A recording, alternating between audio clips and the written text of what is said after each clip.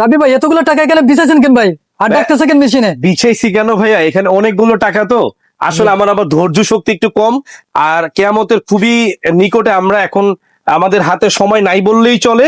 এই টাকা গুনতে গুনতে প্রতিদিন এমপ্লয়ীদের সাথে ক্যাচাল হচ্ছে, প্রতিদিন এমপ্লয়ীদের সাথে ঝগড়াঝাটি হয়, মনোমালিন্য হয়, মনে কষ্ট দেই। এই কারণে ভাই এখন চিন্তা করছি আর কোনো এমপ্লয়ি খরচও লাগবে না। প্রত্যেকদিন টাকা গুনতে গুনতে মানে ক্লান্ত হয়ে যায় আমার এমপ্লয়িরা।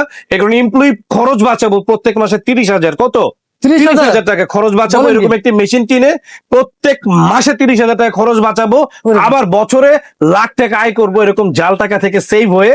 সো এই ধরনের মেশিন গুলো যারা পারচেস করতে চাচ্ছেন আর আনলিমিটেড কাউন্ট করতে চাচ্ছেন, মুহূর্তে কোটি কোটি টাকা গুনবেন। দেখেন আমি জাস্ট এই যে কতগুলো নোট একসাথে দিয়ে দিব এখানে, এখানে একসাথে দিয়ে দিব, দেখেন জাস্ট আনবিলিভেবল কাউন্ট। এন্ড এখানে একটা এক্সট্রা মনিটর আছে। এটা কিন্তু মেগাটন জাপান টেকনোলজি একটি ব্র্যান্ডের প্রোডাক্ট। আপনারা দেখতে পারবেন, দেখেন 202 পিস নোট কিন্তু 202 পিস। হ্যাঁ কাউন্ট হয়েছে। এখানেও মনিটরও লেখা আছে। আচ্ছা, ডিসপ্লে কয়টা? 1, 2 and 3 3টা। 3 ডিসপ্লে। এন্ড এখানে কি লেখা আছে দেখেন ভাইয়া, megaton Japan megaton Japan technology technology. 2025। Copy থেকে সাবধান, লোকাল প্রোডাক্ট থেকে সাবধান। ধন্যবাদ।